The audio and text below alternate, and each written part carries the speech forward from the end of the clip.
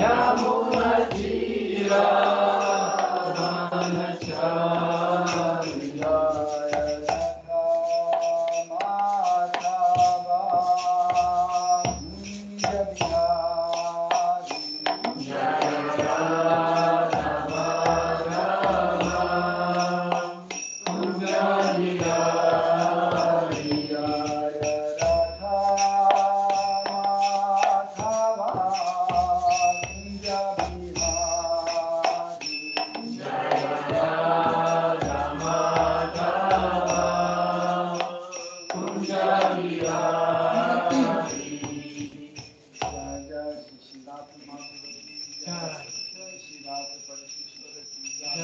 Shri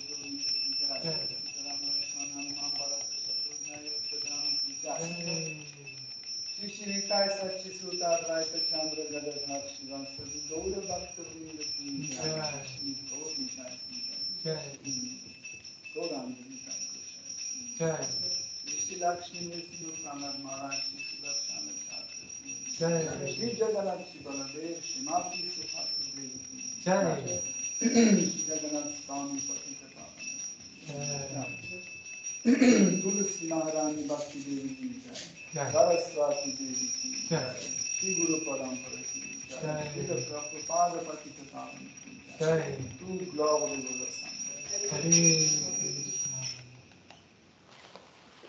Om Ajnanatindan Dasyanandana Shalakaya Chakshurumilitam Yena Tasmai Shri Gurave Namaha Shri Chaitanya Manopishtam Stapitam Yena Bhutale Swayam Rupa Kadamaya Dadati Swapadantikam Vandeham Shri Guru Shri Yuta Padakamalam Shri Guru Vaishnavam Shri Rupam Sagrajatam Sahagana Raghunathanutam Tam Sajiva Sarvaitam Shavadisam Parijana Sarikam Krishna Chaitanya Devam Shri Radha Krishna Padam Sahagana Lalita Shri Vishakham Vitamscha He Krishna Karuna Sindhu Dinabandhu Jagatpate Gopesha Gopika Kanta Radha Kanta Namostute Tapta Kanchana Gaurangi Radhe Vrindavaneshwari Vrishabhanu Sutte Devi Pranamami Hari Priye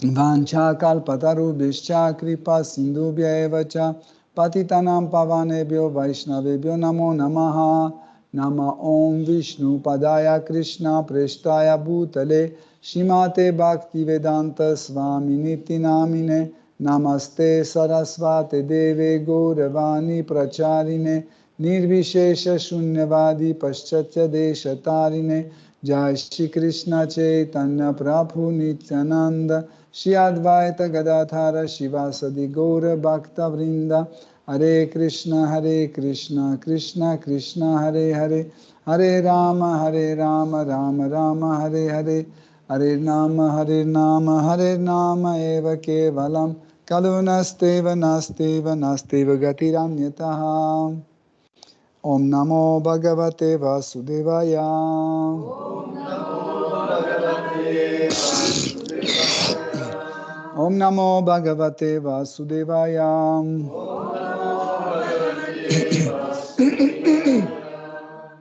Om Namo Bhagavate Vasudevaya Om Namo Bhagavate Vasudevaya Hare Krishna, chers dévots, nous continuons notre étude de Srimad Bhagavatam.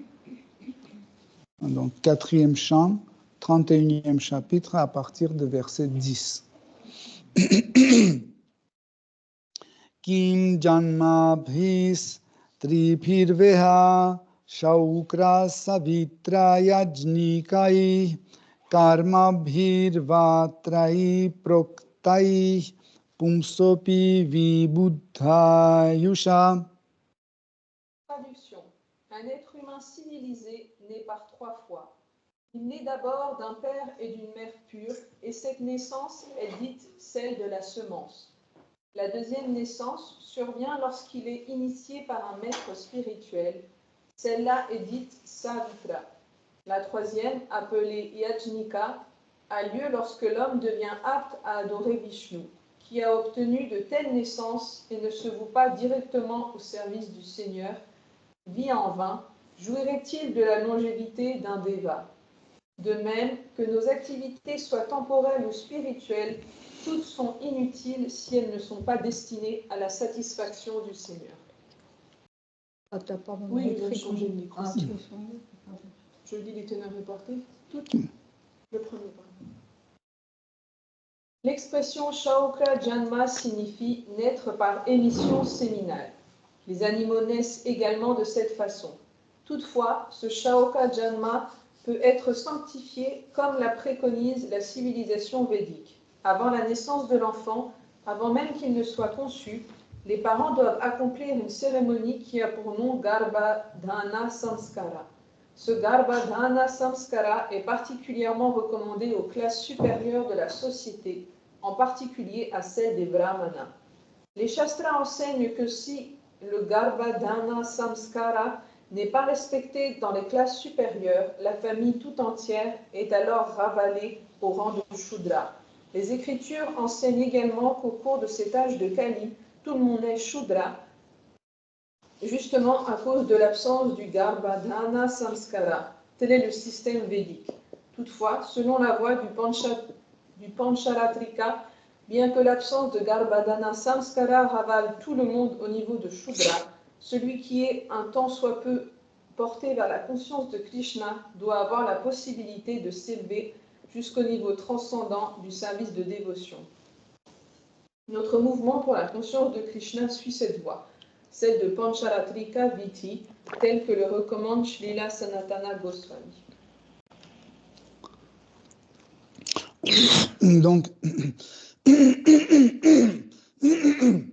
dans ce chapitre, dès le départ, Narada Muni montre la priorité de bhakti, de la dévotion, sur tout autre type d'activité.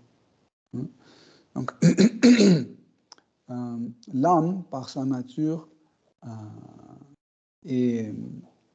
une tendance d'être active.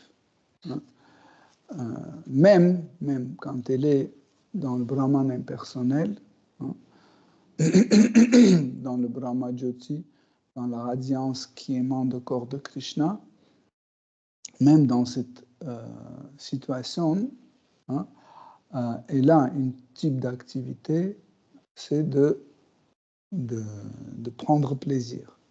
Prendre plaisir, c'est aussi quand même une activité. Même si c'est une activité passive, c'est une activité. En dehors de Brahma Jyoti, l'âme se montre toujours comme un élément actif. Et parmi tout type d'activité, en fait, les Vaishnavas considèrent que la meilleure activité, c'est la dévotion et bhakti. Et la dévotion est placée même plus haut que la religion. Donc, souvent, nous ne comprenons pas la différence entre la dévotion, bhakti, et la religion, dharma. Dharma et bhakti, dharma c'est la religion, bhakti c'est la dévotion, ce sont deux choses différentes. On va essayer d'expliquer parce que si on ne comprend pas ça, les paroles de Narada Muni ne seront pas bien comprises. Donc, la religion est donnée par Shri Krishna, donnée à la société humaine pour qu'en suivant en suivant ces règles et prescriptions, l'on puisse rester en certaine retraite de l'énergie matérielle, ainsi que, grâce à ces règles et prescriptions, de pouvoir contrôler ses sens. Vous connaissez les règles et prescriptions. En général, les règles et prescriptions de toutes les religions sont les mêmes. Sauf que certaines acceptent que c'est les mêmes, certaines n'acceptent pas que c'est les mêmes.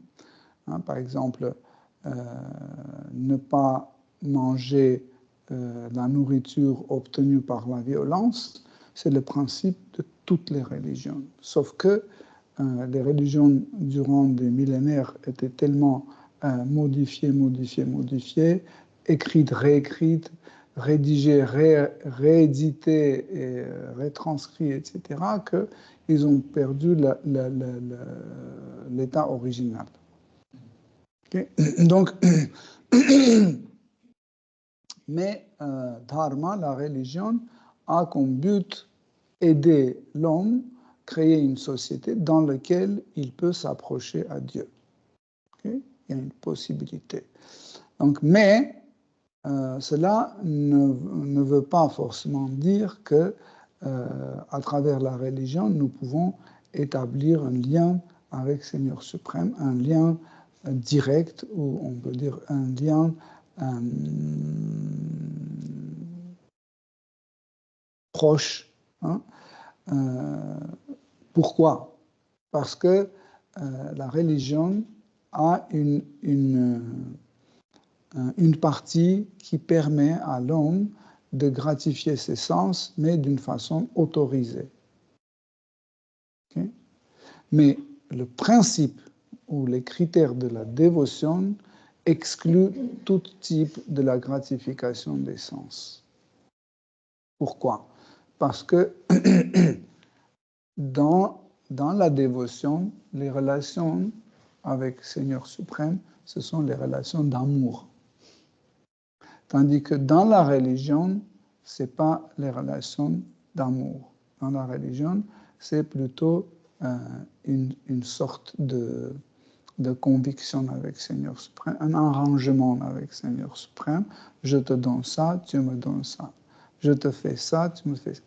En fait, dans la religion, ce qui attire les religieux ou les paroissiens, ce qui attire, c'est ce que nous pouvons obtenir de Dieu. Dieu lui-même ne nous intéresse pas. Hein? Par exemple, l'emballage d'un ordinateur ne nous intéresse pas. C'est l'ordinateur qui nous intéresse. Tant qu'on n'a pas encore arrivé à la maison, l'emballage est précieux. Dès qu'on arrive à la maison, on sort l'ordinateur, l'emballage ne nous intéresse plus. En fait, quelque chose dans cet esprit se passe dans le dharma. Hein? Donc nous suivons Dieu, on respecte ses règles, etc., etc. Mais en réalité, il ne nous intéresse pas. Ce qui nous intéresse, c'est qu'est-ce qu'il peut nous donner. Hein? La santé, l'argent, etc., etc. Et dans les règles et prescriptions, c'est bien écrit dans chaque religion que, par exemple, celui qui suit les règles, il respecte les prescriptions, il suit les prescriptions. Donc, il va avoir la suite de sa vie sur cette planète sous la forme humaine, riche, beau, etc. Ou s'il est encore était plus austère, etc., il peut aller sur les planètes édéniques, etc. Okay? Donc, tandis que la dévotion a des critères d'amour.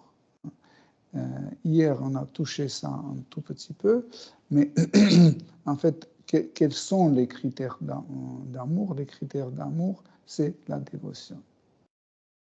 Hein? Si on aime quelqu'un, cet amour doit contenir bhakti, doit contenir la dévotion. La dévotion, si on essaie d'analyser la dévotion, c'est que je vis pour quelqu'un, pas pour moi. J'ai aucun intérêt dedans. Tout ce que je fais pour satisfaire l'objet d'amour. Je vis pour lui. Okay? Mais dans la société actuelle, vous pouvez constater qu'en fait, la dévotion est pratiquement 0,0000 million 01. Parce que chacun cherche son propre intérêt. Nous sommes intéressés à chaque pas. Donc, si pour telle ou telle raison nous sommes venus dans la religion, dans le cercle de la religion, nous sommes venus parce qu'on avait un intérêt. Dans la Bhagavad Gita, Krishna explique qu'il y a 4 types d'intérêts qui nous amènent à pratiquer la religion. Le premier, c'est la souffrance. La souffrance est très répandue, hein, surtout en Kali Yuga. Chaque deuxième ou presque chaque homme souffre, hein, ici, dans le monde matériel. Et en fait, cette souffrance, l'être vivant essaie de résoudre par plusieurs moyens. Hein. Par exemple, il est malade, Donc il souffre, il va voir le docteur n'arrive pas à régler ce problème. Après, il va voir je sais pas, comment ça s'appelle? Hein? Un guérisseur, voilà. Il va voir un guérisseur, ça n'arrive pas. Après, il cherche sur l'Internet, il n'arrive pas. Donc, il a tout essayé, les meilleurs médecins, etc., etc. Et un jour, il se rencontre avec un dévot qui dit, bah, pourquoi tu te casses la tête? Il faut s'abandonner à Krishna, c'est tout. C'est la façon la plus rapide à obtenir ce que tu veux. Et il croit, en fait, aux paroles de ce dévot. Il croit, et en fait, cette foi devient la qualification pour commencer à pratiquer la religion. Si vous n'avez pas la foi, vous ne pouvez pas pratiquer. Donc la foi, c'est la première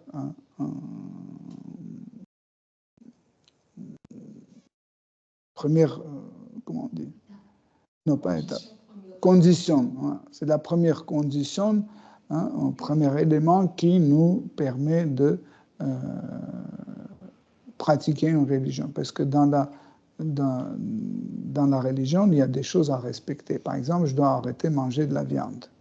Ok, j'aime beaucoup, mais je dois arrêter. Et ça me fait mal. Mais ma foi me permet de continuer et insister parce que je crois que Krishna est Dieu la personne suprême. Il est le plus fort, le plus grand et plus puissant et il peut résoudre mon problème. Mais cela ne veut pas dire que je l'aime. Okay? Vous faites confiance au docteur, mais vous allez le voir, il vous guérit, etc. Mais ça ne veut pas dire, vous le payez, mais ça ne veut pas dire que vous l'aimez. Okay? En fait, vous faites tout cela par votre propre intérêt. Tandis que la dévotion vient de l'objet d'amour. En fait, les qualités de votre objet d'amour vous poussent à faire ceci, vous poussent à faire cela, etc., etc. Vous comprenez? Vous n'avez pas, ça veut dire il n'y a plus de propre intérêt qui pousse à pratiquer quelque chose. Si vous le faites parce que, en fait, les qualités de votre objet d'amour le font. Par exemple, une mère qui aime bien son enfant, n'est-ce pas, fait parce que les qualités d'enfant, il est très mignon, il est très faible, etc. Et ça manifeste certains sentiments envers cet enfant. Okay? Donc, et quand l'objet d'amour, Shri Krishna, petit à petit, en fait, est découvert par nous, en fait, quand on commence à apprécier ces qualités, automatiquement, il y a la dévotion qui commence à apparaître en nous. Et la dévotion, c'est le produit, entre guillemets, le plus précieux que nous pouvons trouver dans les mondes, soit monde spirituel, soit monde matériel. Hein. Et Narada Muni, en fait, vous allez voir comment il montre à 10 frères Pratchett, comment il montre en fait la priorité de dévotion sur toute autre ou parmi toute autre activité. Hein. Ce qui est intéressant, c'est que vous allez voir par la suite que la dévotion permet de couper tout type d'attachement de ce monde matériel. En fait, les attachements nous suivent partout parce qu'on a les propres intérêts. Et ces propres intérêts a un concept de possesseur. Nous pensons que nous possédons quelque chose. C'est toujours comme ça. Et ce n'est pas forcément des choses un peu brutes comme une table, une maison, une mère ou un fils, etc. Il y a aussi l'idée de posséder, par exemple, un droit. Hein? J'ai le droit de faire ceci-là. J'ai, qu'est-ce que ça veut dire? Je possède ce droit. Okay? Il y a des choses subtiles aussi que nous pensons que nous les possédons. Okay? Donc, mais le bhakti est tellement fort que par cette, en fait, canalisation vectorielle de nos sentiments, de nos pensées envers notre objet d'amour, en fait, nous nous débarrassons de tout type d'attachement. C'est important. Et comme on a dit, l'attachement le plus fort, c'est la sensation de posséder quelque chose ou être possesseur de quelque chose.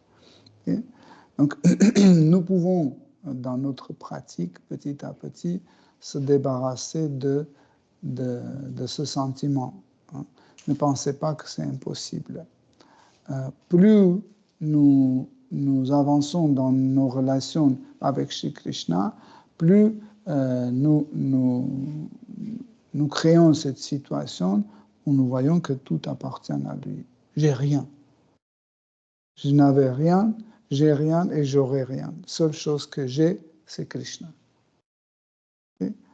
Par contre, Krishna peut devenir notre propriété. Pourquoi?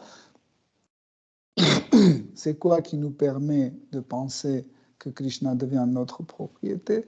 C'est notre amour. Tout type d'amour, vous savez qu'il y a 5 types d'amour, 5 rasas. Tous les types d'amour, en fait, ils peuvent avoir cette sensation ou apporter à l'homme cette sensation que Krishna est leur propriété. Même, par exemple, quelqu'un qui pense que Krishna est Dieu, la personne suprême, il a toujours cette sensation, c'est mon Dieu. Hein, souvent on dit mon Dieu. Donc, okay. Et en fait, c'est un attachement qui se crée entre l'être vivant et Seigneur suprême. Donc, dharma, la religion, est créée pour l'homme. La religion n'est pas pratiquée ni par les animaux, ni par les insectes, ni par les plantes. Pourquoi? Parce qu'en fait, la religion, déjà, c'est une étape plus haut que simple gratification des sens, que à religion.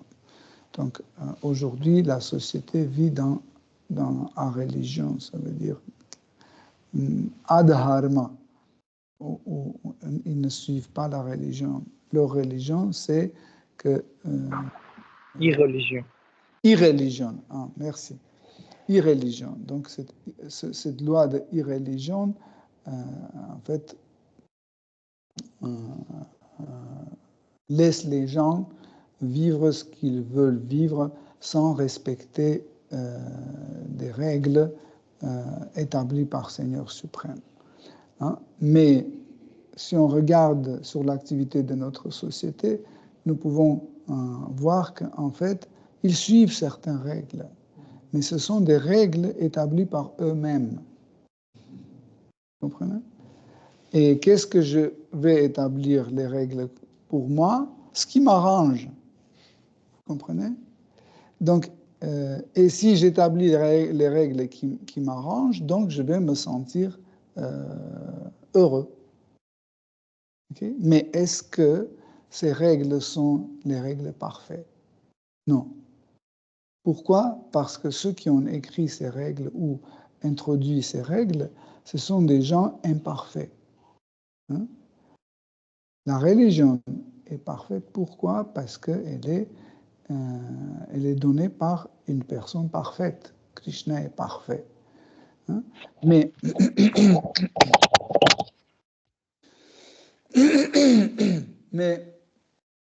nous pensons que Dieu n'existe pas. Plutôt, ce n'est pas que nous pensons que Dieu n'existe pas. On veut que Dieu n'existe pas. Pourquoi? Parce que Dieu nous dérange. C'est pour ça qu'on veut que Dieu n'existe pas. Hein? Parce que si on accepte que Dieu n'existe pas, il faut suivre ces règles. Hein? Et la meilleure façon de se débarrasser des règles apportées par Dieu, c'est dire que Dieu n'existe pas. Donc si Dieu n'existe pas, donc tout ça c'est faux. Ça n'existe pas.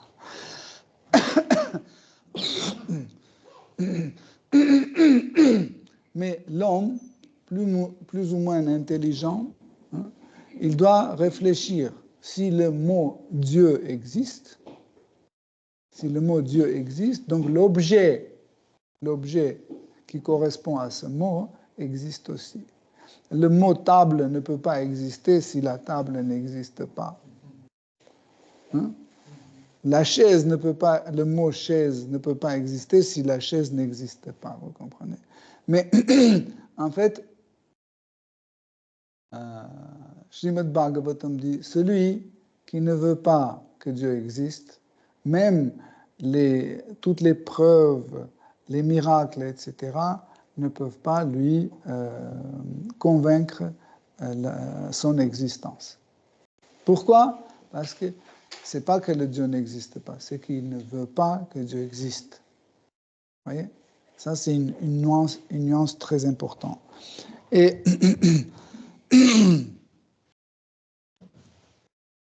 dans ce verset, Narada Muni, il explique la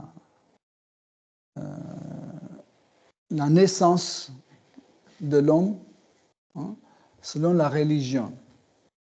Et ensuite, il compare ça avec la dévotion.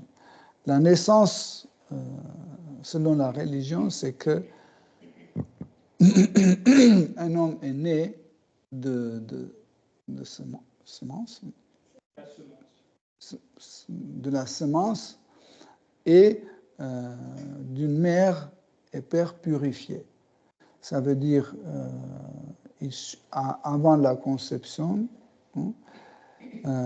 les parents ils suivent certaines règles, ils font des austérités, hein, ils font les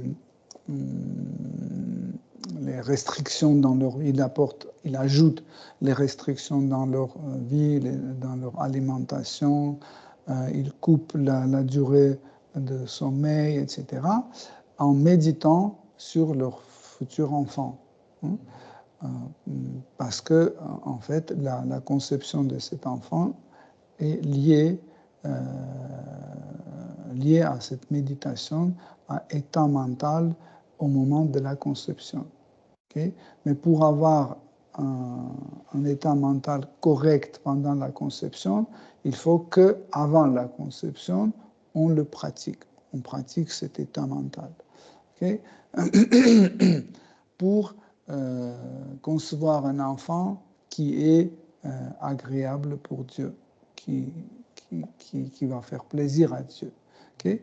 Donc, par la suite, par les mantras, etc., le ventre de future mère est purifié, hein, et par la suite, il y a la conception. Et l'enfant qui est né de cette conception, de la semence, est considéré comme la première naissance. Deuxième naissance, c'est la naissance par l'initiation par un gourou. Donc, hier, on a parlé aussi, ou avant-hier, non, vendredi, on a parlé de ça, vendredi soir, c'est que l'initiation est considérée aussi comme une naissance parce que, en fait, la personne s'abandonne à Dieu et il laisse sa vie pécheresse comme si cette personne est morte. Cette personne n'existe plus. Par exemple, quand je prends initiation chez Guru, au moment de passer le yaga devant le feu, je prononce mes vœux et je prononce mes engagements, que je vais vivre comme ça, je vais chanter le nom de Krishna, je vais étudier des livres sacrés, je vais suivre les principes, etc., etc. Donc, et, et comme ça, Guru, maître spirituel, il offre son disciple, il offre à Seigneur Vishnu. Donc, et en fait, cette personne devient Hari Prasad. Il devient la miséricorde de Seigneur Vishnu. Pareil, comme un fruit que nous offrons à Krishna devient Prasad, devient la miséricorde. Pareil, Guru offre son disciple à Seigneur Vishnu et cette personne devient Prasad. Mais vous pouvez dire, bon, on a vu beaucoup de personnes initiées, mais on n'a pas l'air qu'il est vraiment une miséricorde de Krishna. Mais en réalité, la vraie initiation, ce n'est pas juste le rituel. La vraie initiation, c'est que pendant des années, Guru voit que son disciple suit le sadhana, en fait, la pratique qu'il lui a donnée. Par exemple, il dit, tu ne dois pas manger la viande, tu ne dois pas boire l'alcool, tu ne dois pas fumer, tic, tic, tic. Et il voit que ça fait déjà 5 ans, son disciple, il suit ces règles. Ok, ça c'est une chose, c'est super. Deuxième chose, c'est que son disciple suit la Siddhanta. Siddhanta, c'est les postulats de nos philosophies. Par exemple, que l'âme est éternelle. Ça, c'est un postulat de la philosophie Vaishnava, que le devoir éternel d'une âme, c'est la dévotion, le service, et que l'homme doit toujours penser qu'il est le serviteur du Seigneur suprême. Ça, c'est des postulats que Dieu, malgré la manifestation de milliers de formes, il reste toujours le même. Que Dieu est la source de soi-même. Et tout le reste, c'est les fruits qui résultent de cette source, etc. Donc tout cela, ce sont différentes postulats de notre philosophie. Donc, et si le disciple accepte tout cela et il vit selon ces principes, donc ça, c'est le deuxième critère pour être initié. Et le troisième critère, c'est bhava, c'est l'humeur avec laquelle ce disciple sert Guru et l'humeur avec laquelle Guru sert Krishna. Si cette humeur correspond, les deux humeurs correspondent, donc Guru considère que son disciple est prêt d'être initié devant tout le monde. En fait, ne pensez pas que s'il n'y a pas de ce rituel, l'initiation ne peut pas avoir lieu. L'initiation peut avoir lieu dans le cœur de Guru. Dans le cœur de Guru, Guru peut, dans son cœur, offrir son disciple à Seigneur Vishnu et il peut l'initier. Mais en fait, pourquoi ça se fait d'une façon publique?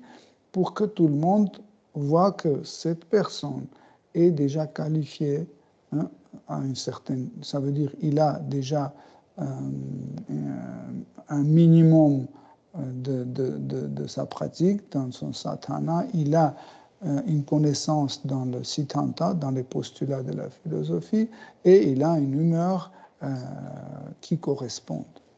Okay? Donc, autrement dire, en fait, ce rituel d'initiation, c'est une sorte de publicité ou c'est une sorte d'annonce pour le public.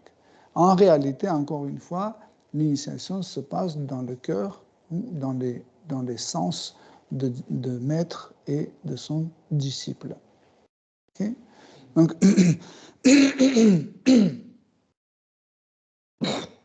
Donc, cette initiation, ok, est considérée comme deuxième naissance d'un homme. Okay? Et cette deuxième naissance considère que la personne qui était avant l'initiation n'existe plus. Voilà pourquoi souvent on change le nom. Par exemple, il est Pierre, hein, mais Guru donc Pundarika Vidyaniti. Il change parce que c'est une autre personne. Il ne peut pas avoir le même prénom parce que c'est une autre personne.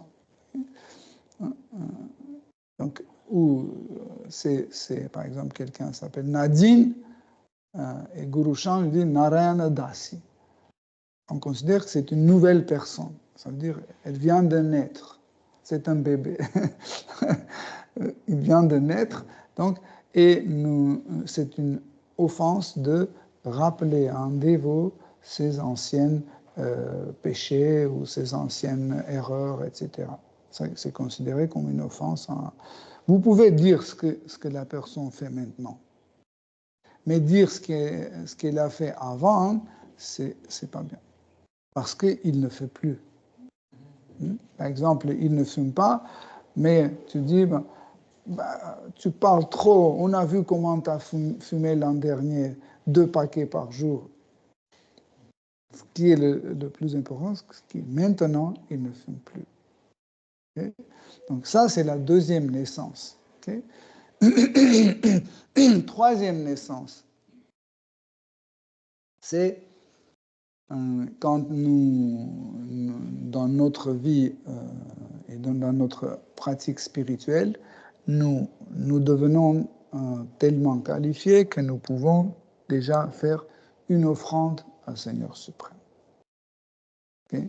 Donc, en effet, tout de suite, vous rendez compte que, en fait, cette troisième naissance, est-ce que je suis vraiment qualifié? Est-ce que je suis né la troisième fois? Est-ce que mes offrandes sont qualifiées? Est-ce que tout ce que j'offre à Krishna, est-ce que c'est la troisième naissance ou pas? Donc pour cela, il y a certaines règles. Il y a certaines règles qui disent que l'homme qui sert en fait Seigneur Vishnu, qui fait l'offrande à Seigneur Vishnu, il doit avoir un certain degré de pureté. Je ne dis pas une super pureté, mais un certain degré de pureté. Parce que dans Kali Yuga, avoir la pureté, c'est difficile.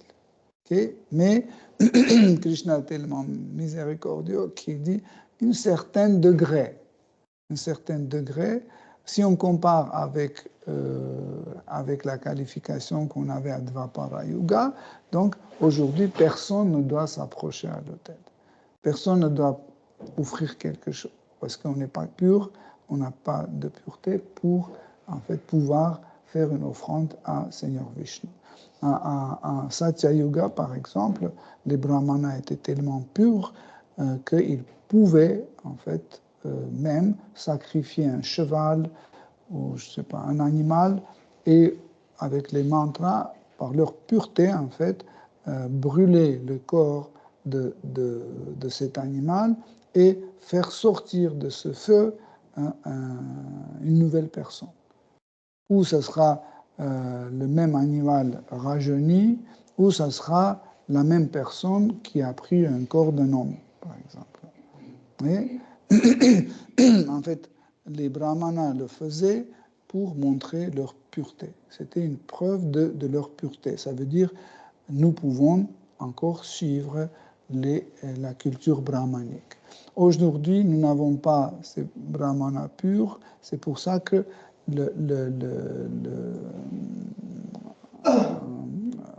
la religion, entre guillemets, ne marche pas. Ne marche pas ou ne marche pas bien, on peut dire comme ça. Ou ne marche pas du tout. Okay?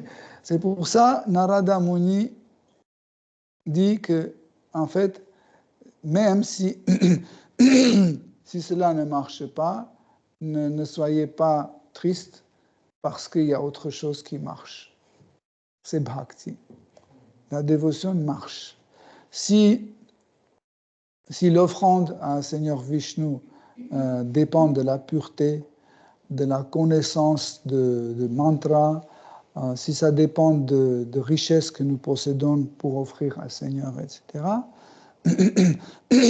Bhakti ne dépend pas du tout de ça. Ça veut dire la dévotion ne dépend pas de ces éléments et de ces circonstances. Okay?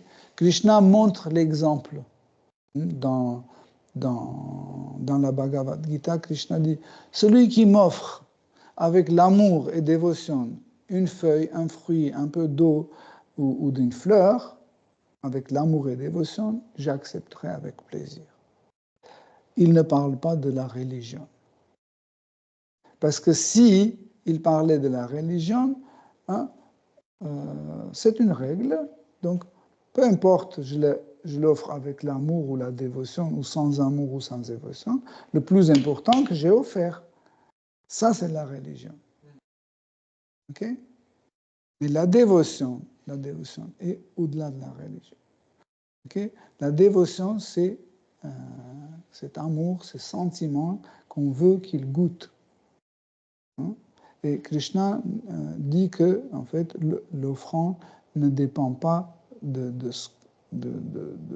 la valeur de ce qu'on offre. Il ne dit pas celui qui m'offre les gâteaux de 3 mètres sur 3, celui qui m'offre les meilleurs fruits exotiques qui coûtent cher. Non.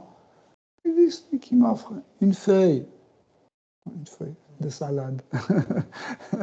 On peut toujours trouver une feuille de salade. Ou une fleur. Vous pouvez piquer sur les pelouses de la mairie.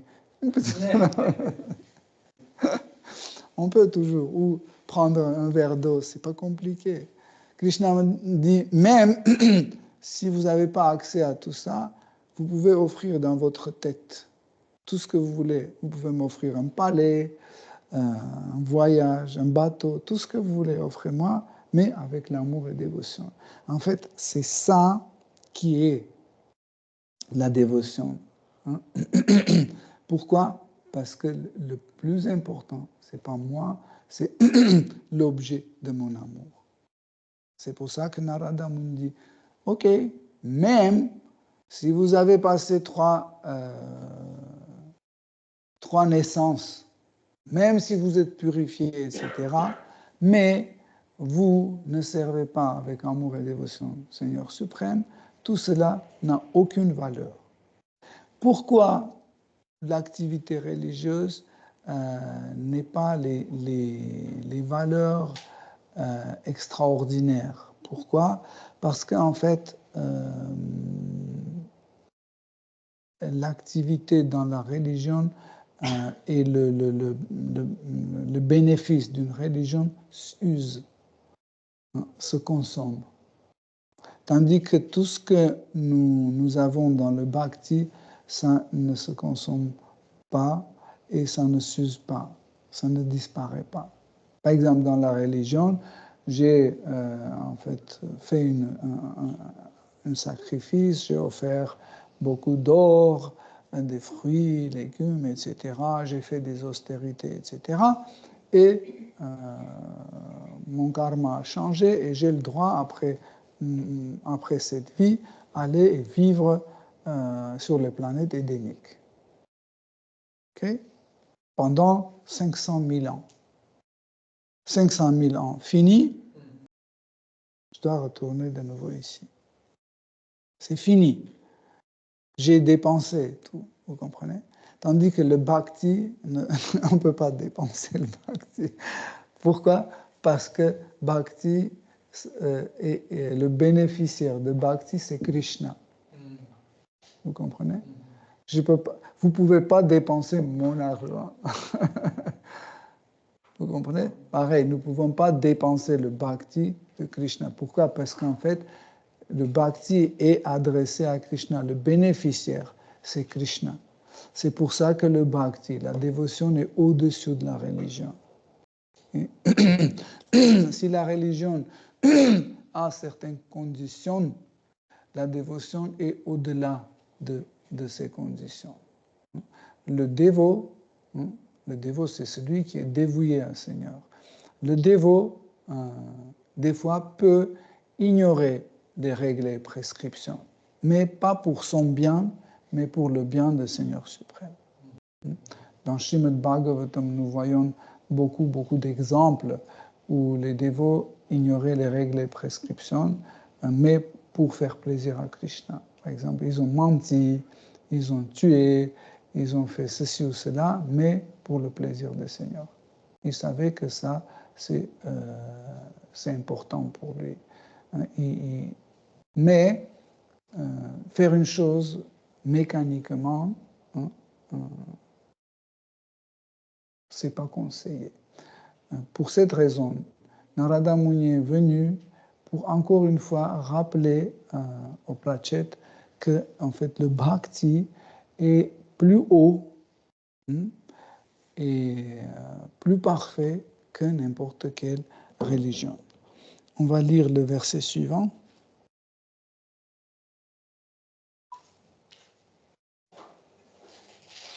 Verset 11. Traduction. Sans service de dévotion, à quoi peuvent bien servir les dures austérités, le fait d'écouter, le pouvoir de la parole, la faculté de raisonner, une grande intelligence, la force physique et la puissance des sens. Donc, comme nous venons de dire, en fait, tous les efforts et tous les fruits d'activité, même si on le fait d'une façon parfaite, ça va disparaître. Par exemple, aujourd'hui, nous sommes en admiration de la technologie moderne, les téléphones portables, l'ordinateur, machin, ou le génie de l'homme, comme des scientifiques, comme les écrivains, les peintres, les compositeurs, etc., qui sont des génies, comme Mozart, Wagner, Beethoven, etc. Mais tout cela, un jour, va disparaître. Vous savez combien des époques, même plus performantes, plus civilisées, existaient il y a millions d'années? Où ils sont? Où sont les Mozart de Satya Yuga, les Einstein de Treta Yuga? Ils sont où? Où vous pensez qu'à cette époque-là, il n'y en avait pas des hommes parfaits? Beaucoup plus que maintenant. Mais où ils sont? Tout a disparu. Ça aussi, ça va disparaître. Et pour cette raison, Arjuna, dans la Bhagavad Gita, dit à Krishna, en fait, pose la question, et si je suis, en fait, tes conseils, et je commence à m'adresser et pratiquer le Bhakti Yoga, et je ne réussis pas avant ma mort, qu'est-ce qui va se passer? Est-ce que ça sera inutile? Et je dois tout recommencer dans ma vie suivante. Krishna dit non. En fait, tout ce que nous avons trouvé sur le chemin de Bhakti, de la dévotion, est toujours préservé, conservé. Rien ne se perd. Tandis que tout ce que je gagne dans ma vie matérielle ou dans ma vie de gratification des sens, ça peut être préservé par karma et ça peut être détruit par la même karma. Tandis que la dévotion est au-delà de la portée de karma.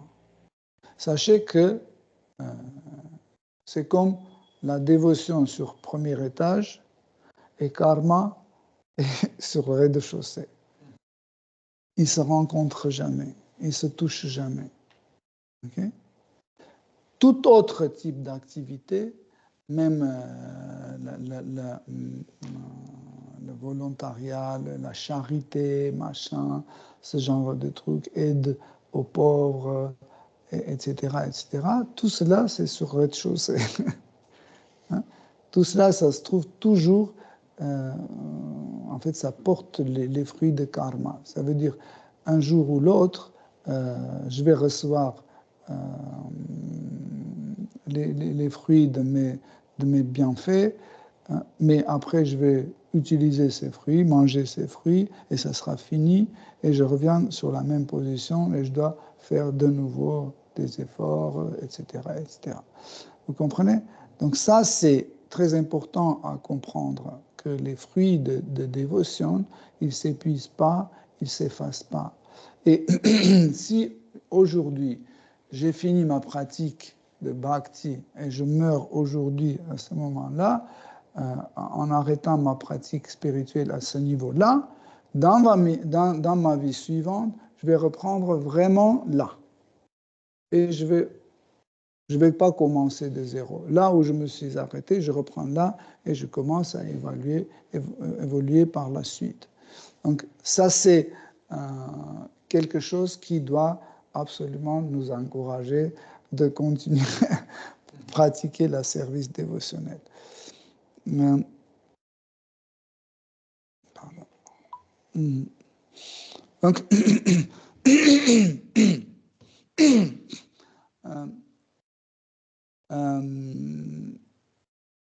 dans ce verset, Narada Muni cite des choses qui sont appréciées par l'homme, par la société. Par exemple, les austérités. Les austérités sont appréciées par la société. Même si les membres de société eux-mêmes, ils ne font pas cette austérité, ils sont capables d'apprécier l'austérité des autres.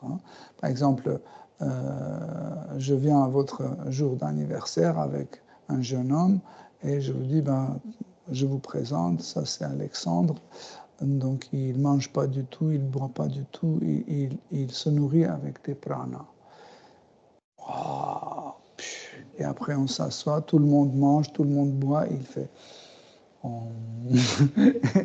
et il se nourrit avec les pranas. Peu importe, moi je fais ces austérités ou pas, mais j'apprécie en fait, même si c'est pas moi. Ou quelqu'un qui est apte de citer les écrits sacrés, où il connaît bien ce qui est écrit dans les écritures sacrées, etc. Ça aussi, c'est quelqu'un très respecté, il y a beaucoup de valeur.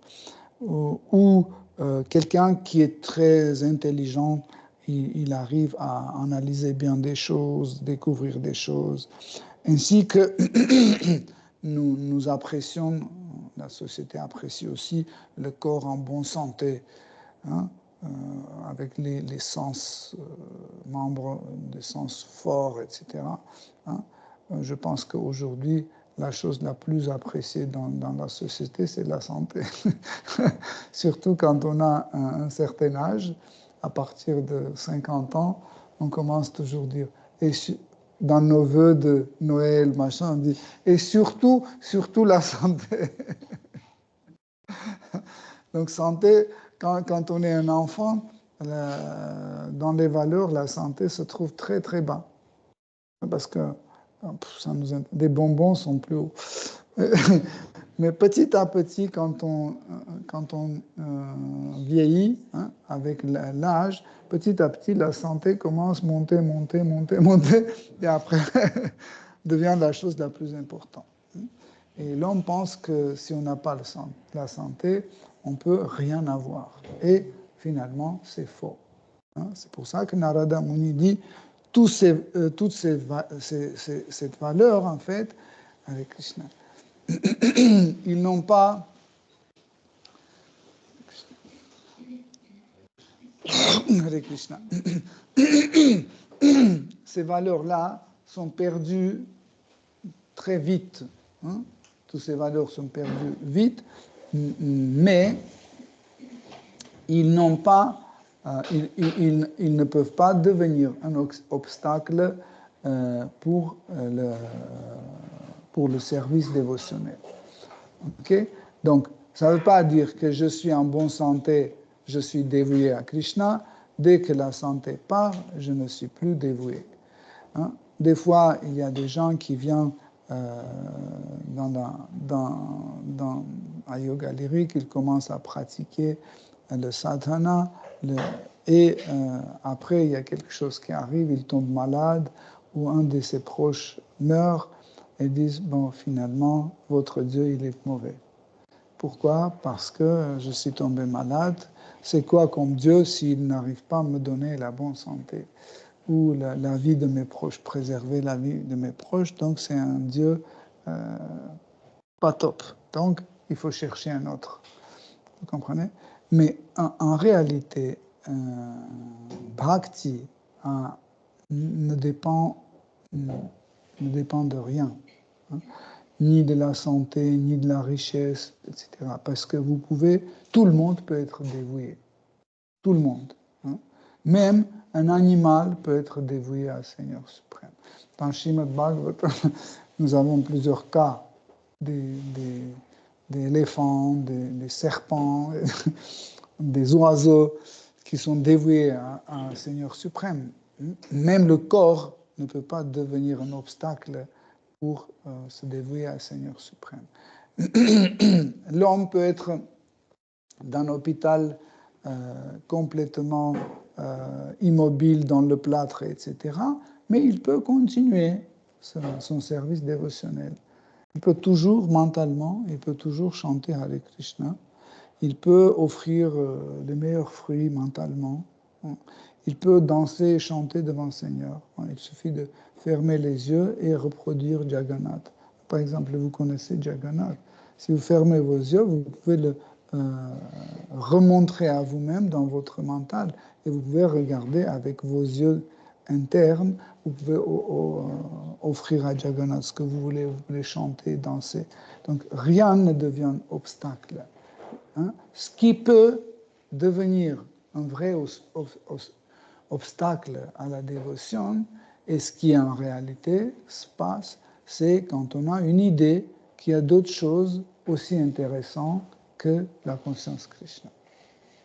Je dis oui, tout ce que vous dites c'est super, j'aime bien Krishna, j'aime beaucoup ça, tout ça c'est bien, mais je veux bien aller voir la foot, c'est très intéressant. Ça ne veut pas dire que la foot est interdite, vous comprenez? Mais si je regarde la foot pendant 1 heure, et pendant 1 heure je ne me rappelle plus de Krishna, ce n'est pas la peine de regarder la foot. Si je lis la Bhagavad Gita et j'oublie Krishna, mieux que je lise autre chose. Si je lis Robinson Crusoe et je me rappelle de Krishna et je dis Krishna, Krishna et je commence à pleurer, c'est bien, je peux continuer à lire Robinson Crusoe. Ok? C'est comme ça qu'on doit se repérer. Est-ce que cette chose je dois faire ou je ne dois pas faire? Okay? Pour cette raison, Shri Krishnadas Kaviraj Goswami dans Chaitanya Charitamrita donne une description de la péché. Je n'ai jamais rencontré une description meilleure que celle-là. Il dit chaque activité, même religieuse, est considérée comme pécheresse si elle va en l'encontre ou contre le service dévotionnel. Vous voyez? Il dit même religieux. Ça veut dire celui qui est un religieux, mais n'est pas dévoué à Seigneur suprême, Krishnadas Kaviraj Goswami dit même ça, c'est un péché. C'est extraordinaire. Peut-être vous pouvez dire, ouais, mais ça, c'est dur. Ça, c'est un peu. Peut-être après, quand je vais avoir 90 ans, peut-être.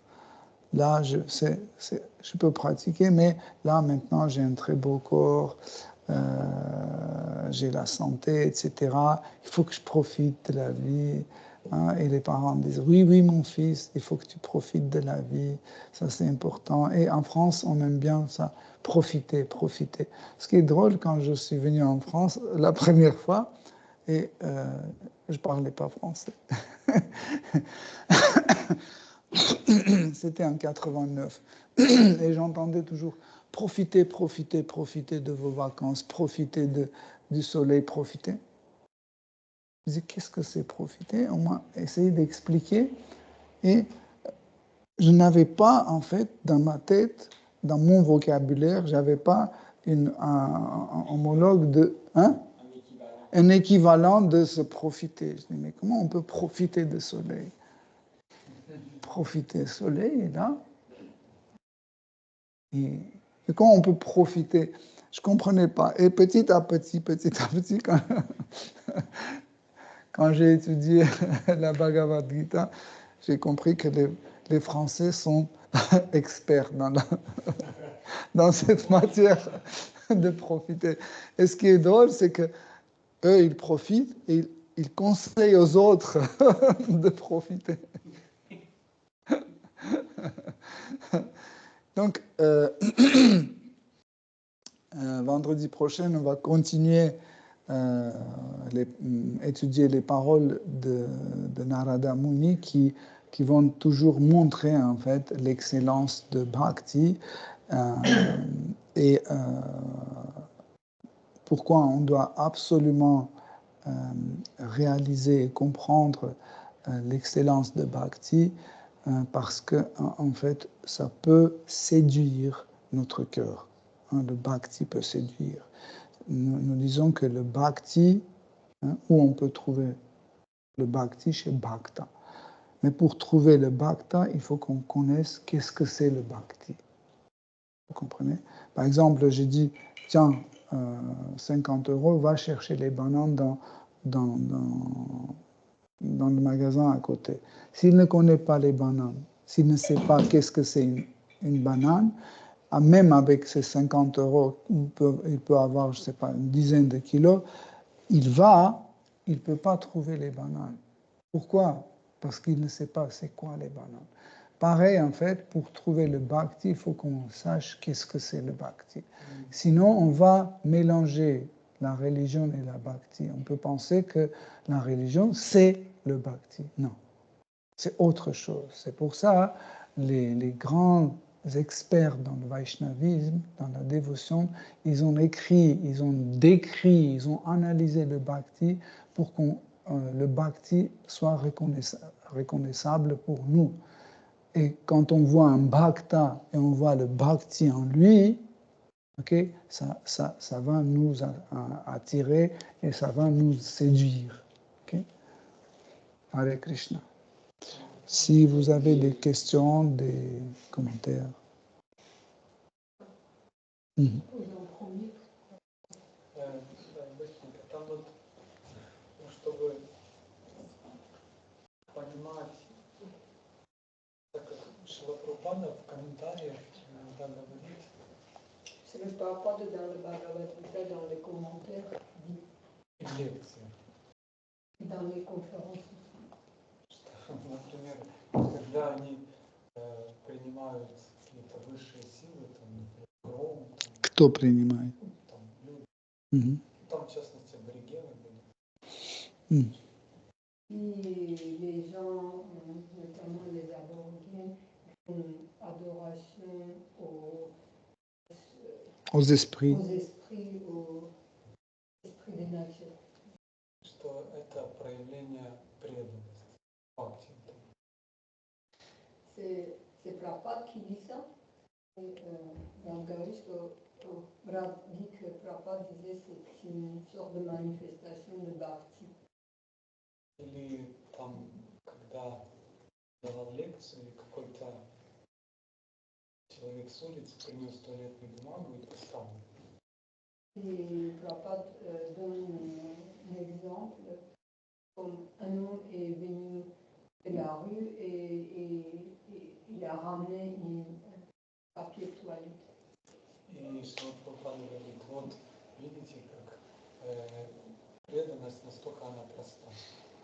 Prabhupada disait, regardez comment c'est facile la dévotion.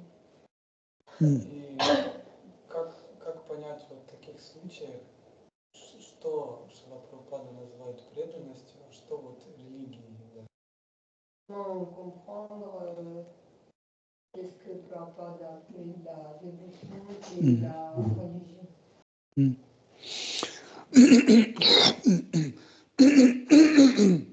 Donc,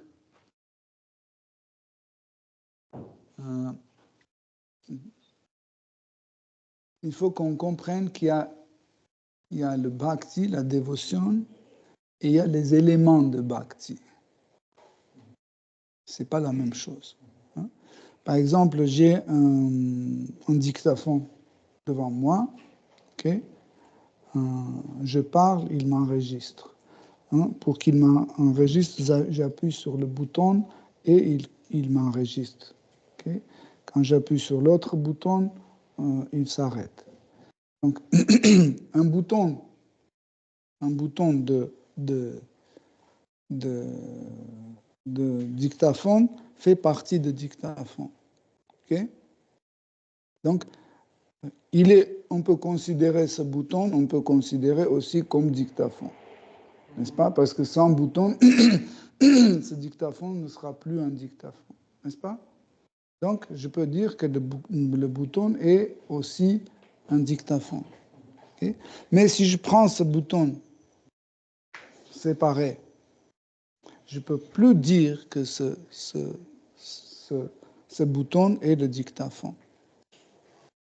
Okay? Je peux dire que ce bouton est un élément de dictaphone. Pareil, il y a des éléments de bhakti, mais ce n'est pas le bhakti. Pourquoi? Parce que le bhakti a la première... comment on dit en français? Paimana. La première condition de bhakti, c'est Anukulina Krishna Anushilana.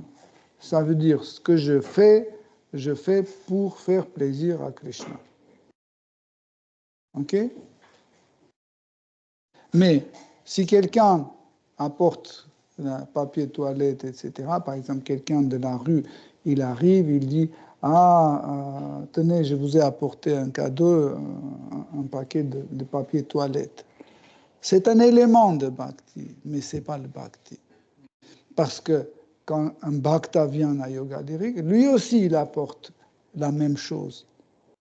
Ça veut dire apporter quelque chose pour faire plaisir des autres, c'est un élément de bhakti.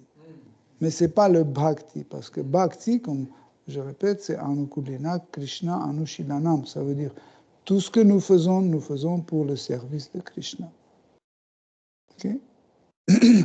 Si quelqu'un amène encore des papiers toilettes, mais pour toi, ici, on peut toujours considérer que c'est un élément de dévotion. Mais on ne peut pas dire que c'est la dévotion. Même si quelqu'un apporte quelque chose à un dévot sans savoir que c'est un dévot, ce n'est pas considéré comme une dévotion. Si quelqu'un sert Krishna sans savoir que c'est Dieu la personne suprême, il peut penser que c'est un homme ordinaire, ça n'est pas considéré comme une dévotion. Parce que la dévotion, c'est un acte conscient. C'est pour ça que Anukulena, Krishna Anushilana. T'as compris? Okay. Mais ce Krishna veut dire le Saint-Nom, les dévots, la demeure, les qualités, etc. de Krishna. Sous le mot de Krishna, nous considérons tout ça. Ok? Hare Krishna. Si vous avez des questions. Mm-hmm.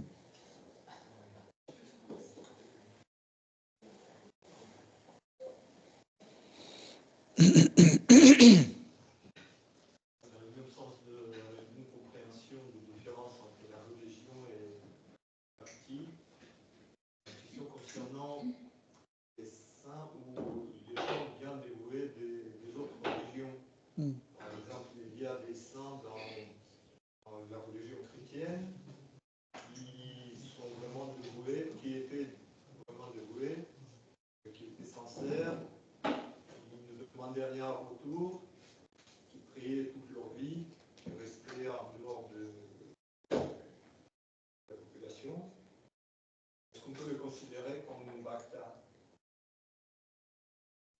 En effet, quand quelqu'un devient un bhakta, il est au-dessus de la religion. Parce que le monde spirituel est rempli de bhakta, mais dans le monde spirituel, il n'y a plus de la religion. Vous comprenez?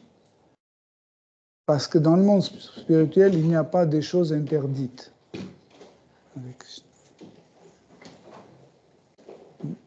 Donc il n'y a pas des choses interdites. Vous comprenez? Parce qu'il y a la dévotion. Il y a la dévotion. Là où il y a la dévotion, okay, l'homme fait tout. L'homme fait tout pour le plaisir de Krishna. Okay? Donc, s'il est de la tradition musulmane ou il est de la tradition il est de la tradition, je sais pas, chrétienne ou autre, ça n'a aucune importance. Parce que la dévotion, en fait, est au-delà de la religion. Hein? Parce que soit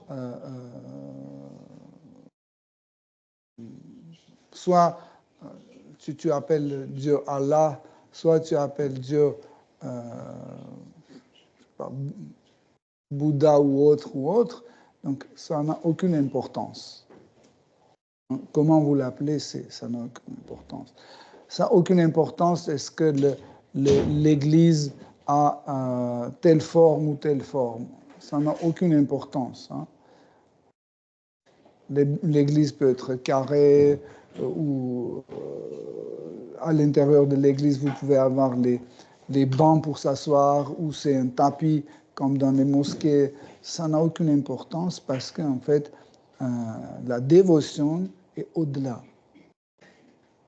Vous voyez, au-delà. En fait, quand quelqu'un remonte sur le niveau de dévotion, il cherche le refuge dans un endroit plus retiré. En fait, les règles et prescriptions perdent leur sens pour lui. J'explique pour que ça soit compréhensible.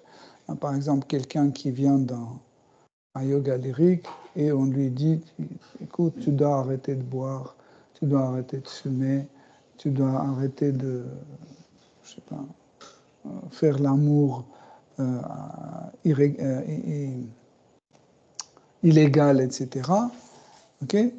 Donc, il commence à faire des efforts. Hein? Dès qu'il voit, je ne sais pas, la bière qu'il aime beaucoup, mais il dit non, je fais l'austérité parce que ça ne plaît pas à Krishna, etc.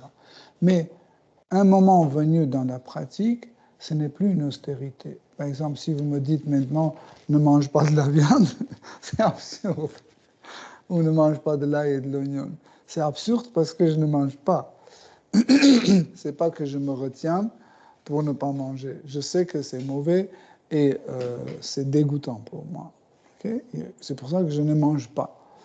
Donc, ça veut dire que je ne suis plus dans la catégorie des règles et prescriptions. Ce n'est plus une règle, c'est naturel. Comme si je dis ne mangez pas des crocodiles, par exemple, il dit mais je ne mange pas. Donc, quand je dis ça, j'impose une règle, mais pour lui, ce n'est pas une règle parce qu'il n'y a rien à suivre. Il fait déjà ça. Vous comprenez? Donc, pour cela, en fait, quand l'homme a de la chance et il comprend qu'est-ce que c'est le bhakti, et il trouve chez quelqu'un bhakti, il est contaminé par le bhakti, il devient bhakta. La tradition n'a aucune importance. Ça peut être un chrétien, ça peut être... À partir du moment quand on devient bhakta, on n'est plus ni chrétien, ni musulman, ni juif. Parce que juif, chrétien, musulman, c'est une pratique religieuse. Et si on ne fait pas, par exemple, si personne entre nous ne pratique pas du sport, hein, personne ne pratique, on ne peut pas dire que nous sommes des sportifs différents. personne ne pratique du sport, hein, donc il n'y a pas une différence entre notre pratique parce que personne ne... Mais si moi je fais la foot, lui il court, l'autre fait, je ne sais pas, rugby et autres, okay, on peut dire, bah, là maintenant il y a une différence parce que nous pratiquons ceci, nous pratiquons... Mais à partir du moment quand tu es atteint le niveau de dévotion, la différence entre les dévots de différentes traditions disparaît.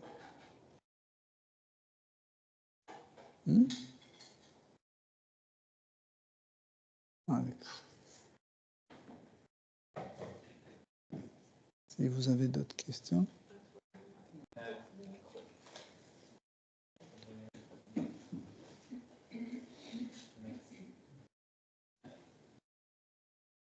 On avait parlé une fois de la question hier de Murti.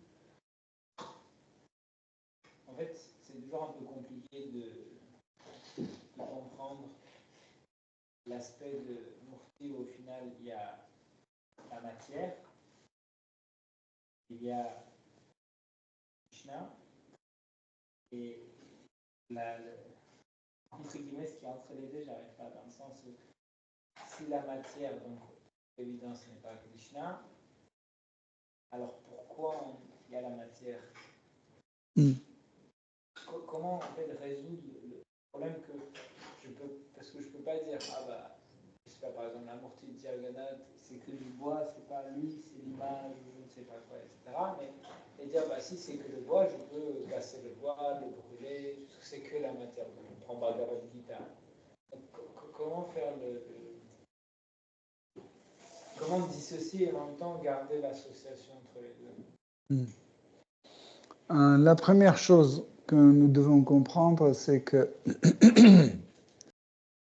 Krishna se manifeste dans différentes conditions et à travers différentes matières, à travers différentes voies. Okay? Donc, il peut utiliser les moyens qui sont tangibles pour nous. Par exemple, si je vous raconte Srimad Bhagavatam en arménien, tout le monde ne va pas comprendre. Parce que j'ai choisi un moyen, un support qui n'est pas tangible pour vous. Donc, selon le lieu, le temps et des circonstances, Krishna utilise telle ou telle matière pour rentrer en communication avec nous. Mais il utilise telle matière qui est tangible pour nous, que nous pouvons percevoir. Donc là, par exemple, Krishna a pris la matière comme la terre, le feu, la terre et 5 éléments, parce que tu peux capter ces 5 éléments. C'est pour ça qu'il s'est manifesté à travers ces éléments. Si tu ne pouvais pas capter ça, il utiliserait autre moyen. Okay? Par exemple, à Satya Yuga,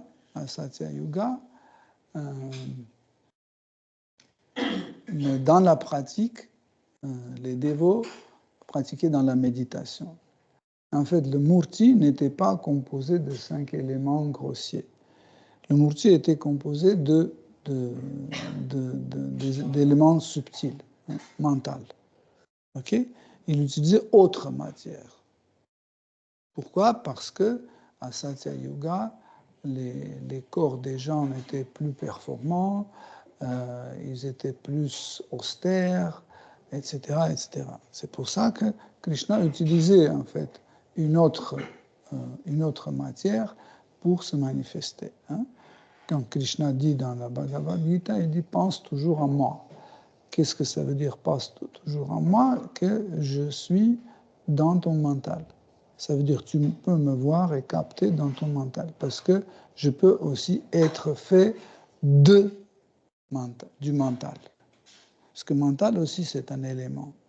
Et l'homme est tangible au mental. Mais car nous avons perdu en fait la performance de notre corps, même si Krishna apparaît dans notre mental spontanément, c'est juste un petit moment.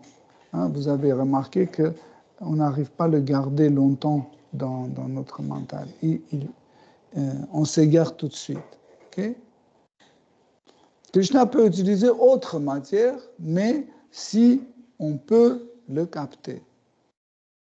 Par exemple, si Krishna arrive ici en utilisant Chit Shakti, hein, l'énergie de la conscience, il n'y a pas de garantie que tout le monde va le voir. Hein.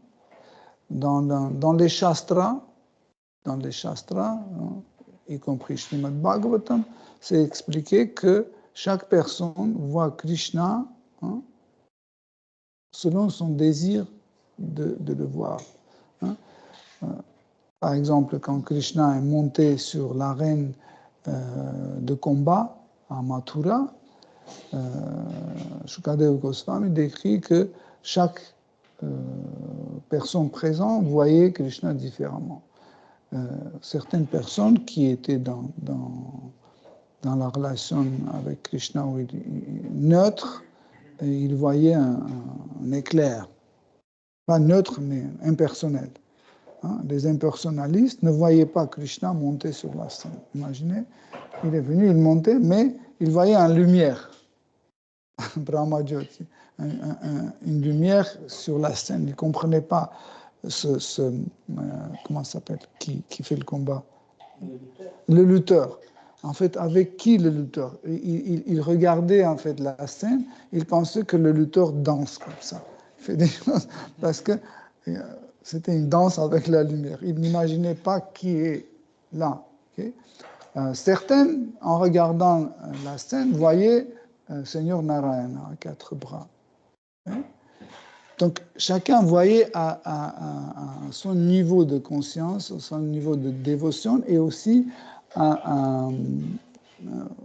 selon ce qu'il peut, Krishna a utilisé pour chacun la matière qui est perceptible par cette personne. Tu comprends? Donc, ça peut être Maya Shakti, comme l'énergie matérielle, ça peut être n'importe quel Manasa Shakti, ça peut être Yoga Maya Shakti, ça peut être Chit Shakti, ça peut être n'importe quelle énergie que tu es capable de capter. Mais la matière même,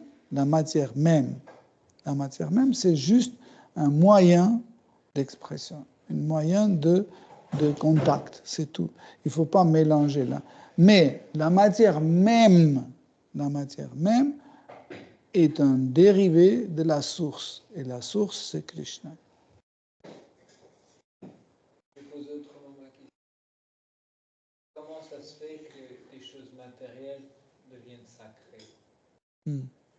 En fait, il y a, encore une fois, j'explique, c'est qu'il y a la notion matérielle et la matière.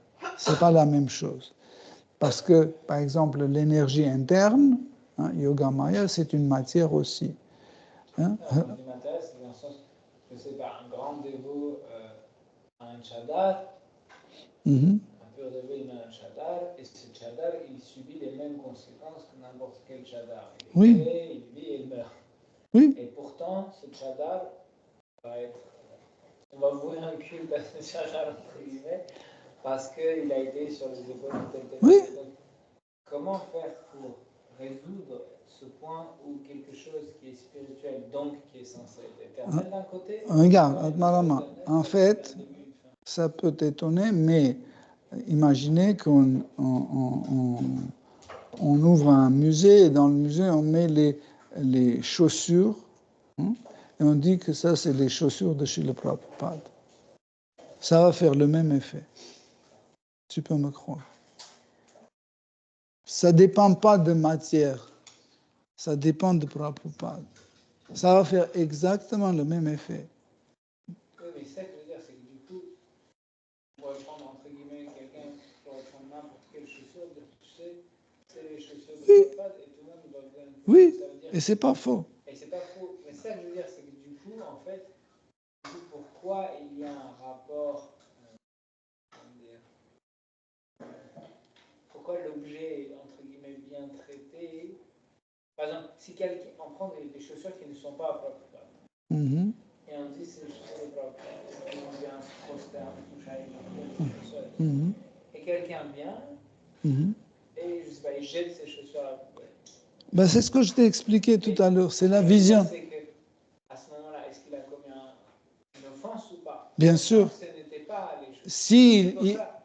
Et il sait pas, il arrive à dire. Atmarama, regarde. Si j'arrive dans le musée, je vois les chaussures et je sais que Prabhupada c'est un grand saint, c'est un dévot du Seigneur, etc. Je prends, je jette, même si c'était pas Prabhupada, je commets une offense. Mais si je viens et c'est des vraies chaussures de Prabhupada et je ne sais pas qui est Prabhupada, je dis oh, pourquoi garder ces vieilles chaussures? Voilà, et je jette. Je ne suis pas coupable, je n'offense pas parce que je ne savais pas. Ça veut dire que si quelqu'un, par exemple, détruit des mourtis sans avoir. Détruit des mourtis sans savoir ce que c'est des mourtis. Oui, Krishna pardonne. Bien sûr. Parce que ce n'est pas la matière qui fait la personne. Mais dans ce cas-là, au final, est-ce que le manasa murti, c'est pas l'idéal? Non, en fait. Toutes les murtis deviennent des manasa murti au final. Toutes les murtis, au final, ils sont manasa. Oui, c'est pour ça que si on revient dans le contexte du monde spirituel, c'est pour ça que dans le monde spirituel, tout est de la conscience. En fait, tout est fait de la conscience. Hein? Et les arbres, les corps, l'eau, tout est de la conscience. C'est fait de la conscience de Chit Shakti. Okay? Et en fait, ce Chit Shakti, c'est quelque chose qui est le plus parfait. Le plus parfait parce qu'il est toujours accessible et il ne se détruit pas. Hein? Par exemple, ce murti, je garde dans ma conscience, dans mon mental, je garde, surtout dans la conscience, je garde ces murtis. Même quand je vais partir d'ici et Yoga Lyrique va brûler, les murtis vont brûler, ce que j'ai, il n'est pas brûlé, parce que je les garde.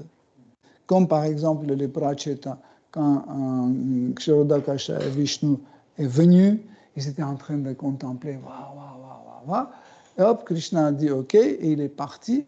En fait, il est resté dans leur mental et intellect. Et comme ça, ils ont continué de servir. C'était le même. Tu vois?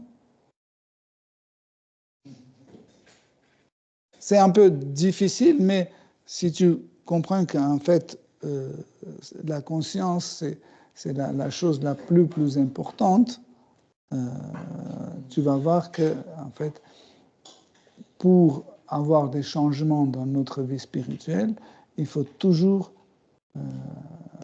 faire des changements dans notre conscience.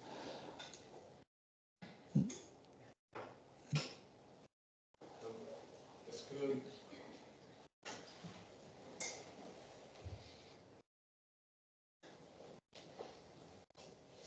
que vous pouvez élaborer un petit peu la notion de la troisième naissance? Avec les deux premières, c'est très clair, et la troisième, En fait, la troisième, c'est, on dit initiation brahmanique. Des fois, on dit ça, initiation brahmanique ou l'initiation de pureté. En fait, celui qui a le droit d'offrir au murti ou faire le sacrifice au Seigneur Vishnu doit être pur. C'est vrai qu'on a parlé un peu, on n'a pas trop développé ça, mais il doit avoir la pureté. Parce que si on est impur, nous ne pouvons pas offrir des choses parce qu'en touchant quelque chose qui est pur, on la rend impure. Par exemple, si j'étais aux toilettes et je n'ai pas lavé mes mains, okay, je ne peux pas prendre des bananes et offrir. Dès que je les touche, ils sont impurs. Je ne peux plus les offrir. Okay? En fait, qu'est-ce que c'est l'impureté en réalité? Quand nos sens sont engagés dans le bhukti, dans la gratification des sens, nos sens deviennent impurs immédiatement. Même si je suis propre, je me suis lavé très bien, même j'ai fait panchakarma de l'intérieur, de l'extérieur, tout est lavé, tout est nettoyé, etc. Hein? Mais j'ai envie de manger avant Krishna, ou je mange sans offrir, et tout de suite je suis contaminé. Okay? Je suis contaminé. Tous nos sens sont contaminés s'ils participent dans la gratification des sens, dans le bhukti. C'est pour ça que, en fait, la personne qui a la troisième naissance, ou brahmana, doit être pure. Aujourd'hui, on donne des initiations brahmaniques à tout le monde, comme ça, mais est-ce qu'ils ont un certain degré de pureté nécessaire? Au moins, pour que la personne soit légèrement pure, il faut que la personne suive ces 4 principes. Il ne doit pas manger la viande, etc., les produits de violence. Il ne doit pas s'intoxiquer, il ne doit pas jouer jeu d'hasard et il ne doit pas avoir les relations intimes illicites. Okay? Ces 4 nous assure un certain degré de pureté, un certain degré. Mais pour les brahmanas, c'est encore plus poussé. Hein. Par exemple, ils doivent être véridiques. Véraces. Ils doivent être véraces. Ça veut dire toujours dire la vérité. Si un brahmana ment ou il cache la vérité, hein, parce que cacher la vérité, c'est aussi un péché. Okay? Donc, s'il cache la vérité ou il dit des mensonges, etc., il est impur. S'il est envieux ou cupide, s'il est intolérant, impatient, etc., toutes ces choses-là le rendent impur. Donc, on ne peut pas le considérer comme un brahmana. Donc ça, c'est la troisième naissance. Là, j'ai une confusion, parce que dans le verset de Narada, lui, il parlait de bhakti, de bhakta. Donc c'est un niveau de pureté pour bhakta. Et d'autre part, notre considération de brahmana, c'est plus vers justement une notion de la religion. Je vais te lire dans le verset, il dit la troisième naissance qui est appelée yagika, yagya c'est le sacrifice, hein, c'est quand l'homme reçoit la possibilité d'adorer Seigneur Vishnu. Il ne parle pas de dévotion. Parce qu'être un brahmana, ça ne veut pas dire être un dévot. Je peux être un brahmana, ne veut pas être un dévot. Si je suis un brahmana, ça ne veut pas forcément dire que je suis un dévot. Il y a des brahmanas dévots, il y a des brahmanas non dévots. Okay? Parce que les brahmanas non dévots, ce sont des religieux. Okay?